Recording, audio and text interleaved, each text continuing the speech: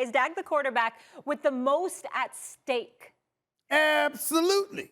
Absolutely. Let me tell you something, Molecule. Let me tell you something right now. Marcus Spears Swagoo, say if that's what you would prefer to be called for this particular segment, I would tell you something right now. As we purview the landscape of the Dallas Cowboys right now, we listen to Jerry Jones be so addicted to showing his knowledge and his expertise when it comes to the sport of football. That's really what that's about. He answering those questions the way that he does because my Libra buddy right there, my Libra brother, he just got one addiction, and that addiction ain't necessarily just to the spotlight of that camera. It's to the fact that it wants everybody to know how much he knows about that sport of football. He was a national championship at the University of Arkansas. That's right. In the 1940s. I understand. And the bottom line is this, okay? I understand. He's got that going on, and he's a 3-time Super Bowl champion as an owner in Big D. I get it. But let me tell you why the pressure's on Dak Prescott right now. It's because of that man, Jerry Jones. It's because of all those plays. It's because of all the bloviating about those, all those headlines, those back pages, everything talking about Dallas Cowboys, they've arrived. Dallas Cowboys, the best team in football. Dallas Cowboys with the high-powered offense. Look at the money that Jerry Jones spent. Dug deep into those pockets. Probably got some of his oil buddies to help him out. That's how deep he went into those pockets, okay? And he paid Ezekiel Elliott, even though he was in Cabo. He brought in Tony Pollard, and we know he could play. You got a head coach in the making in Kellen Moore that's supposed to be some star. He got an old coach off the scrap heap, brought him on board. You got Michael Gallup that you paid. You got Amari Cooper that you gave $100 million to. You got CeeDee Lamb. I mean, he's doing some things. He even got Schultz and Wilson and guys like that. Everywhere you turn is weapons everywhere, just sprinkled all over Big D and all the way into Arlington and Fort Worth and beyond. I mean, it's just sprinkled all over the place. All these assets, all these valuable assets. And on top of all of that, what he did was he turned around and said, I'm going to close the deal by making sure I pay this boy right here, Dak Prescott, because that's a fine young man that conducts himself properly, that is the quintessential leader who can actually ball, is a top 5 quarterback in the National Football League. He's got an arm, he's got wheels, he's got guts and moxie. He's a born leader. I'm going to have him at this helm. And then you get to the playoffs and you fold like a cheap tent. That ain't going to cut it. That ain't going to cut it one bit.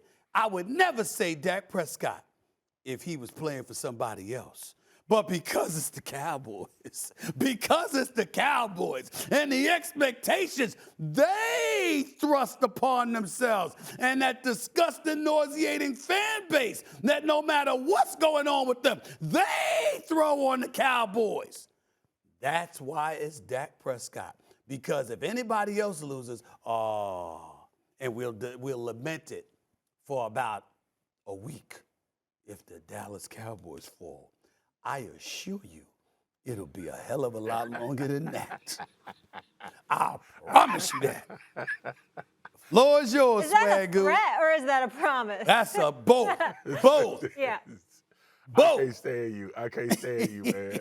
And I'm not about to let you do this because I got to stand on some ground, all right? And I get it. I understand what's at stake. Listen, man, I want to be defeated, but I'm not because I'm going to make some points on my argument. Go ahead. The quarterback with the most at stake is Aaron Rodgers.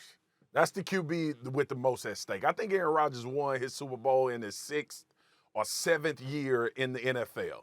Aaron Rodgers has been to 3 NFC championships since then and has not reached the Super Bowl.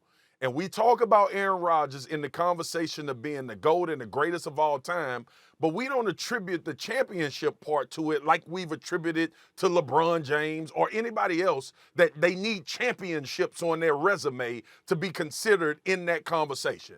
So Aaron Rodgers this offseason said, I'm not showing up to the Green Bay Packers. I'm going to hold them hostage because they're not doing the things I want them to do. When I come back, I'm going to make you go out and get Randall Cobb because we need him to win a championship. I'm going to say I'm immunized instead of telling people that I'm not vaccinated, even though the NFL knew. He got a toe issue. They are winning. They having success right now. They're picked by a lot of people to be the best team in the NFC. Not me. I think that's Tampa right now. And Aaron Rodgers is in what, Stephen A., correct me if I'm wrong, 16th season? His 16th season in the NFL? I believe so. I believe so. Let me double check. Keep going, but let me double He check. just turned 38. That's all I know. Okay, so we growing up in the Baptist church back in Louisiana, when the Reverend was getting ready to preach, when the Reverend was getting ready to preach, and sometimes I like that you tie that pastor phrase to me because my grandmother, when I was born, told my mama I was going to preach and be a pastor. Shout out to my mama, Irma Spears, been telling me that forever. But what the pastor says in church all the time before he about to preach, Stephen A., and it's relative to Aaron Rodgers, it's getting late in the midnight hour. And all things are starting to come to the forefront for Aaron Rodgers. Now, he got two options. He either going to be in Green Bay and win a championship, or he's going to leave. And we're all going to say Aaron Rodgers left because he couldn't win a championship in Green Bay. And that'll be the talk until he retires. And if he doesn't get another championship, guess what we're going to say? Aaron Rodgers' talent was wasted over his NFL career. I would say that's what we're going to say. We're not going to say he couldn't win a title in Green Bay. We might say he couldn't win a title, but we ain't going to say he couldn't win a title in Green Bay. We're going to say that he couldn't stand Gutekunst, okay? That's what we're going to say. That's number one. That's what we're going to say. Because that's what you're going to say. He's moving on, and his career will continue. Not to say that Dak Prescott won't, but the reality of the situation, you do understand what we're asking, because I don't think I put this in its proper perspective. I apologize, Swaggle. I apologize. I don't think I put it in its proper perspective. I'm going to enlighten you.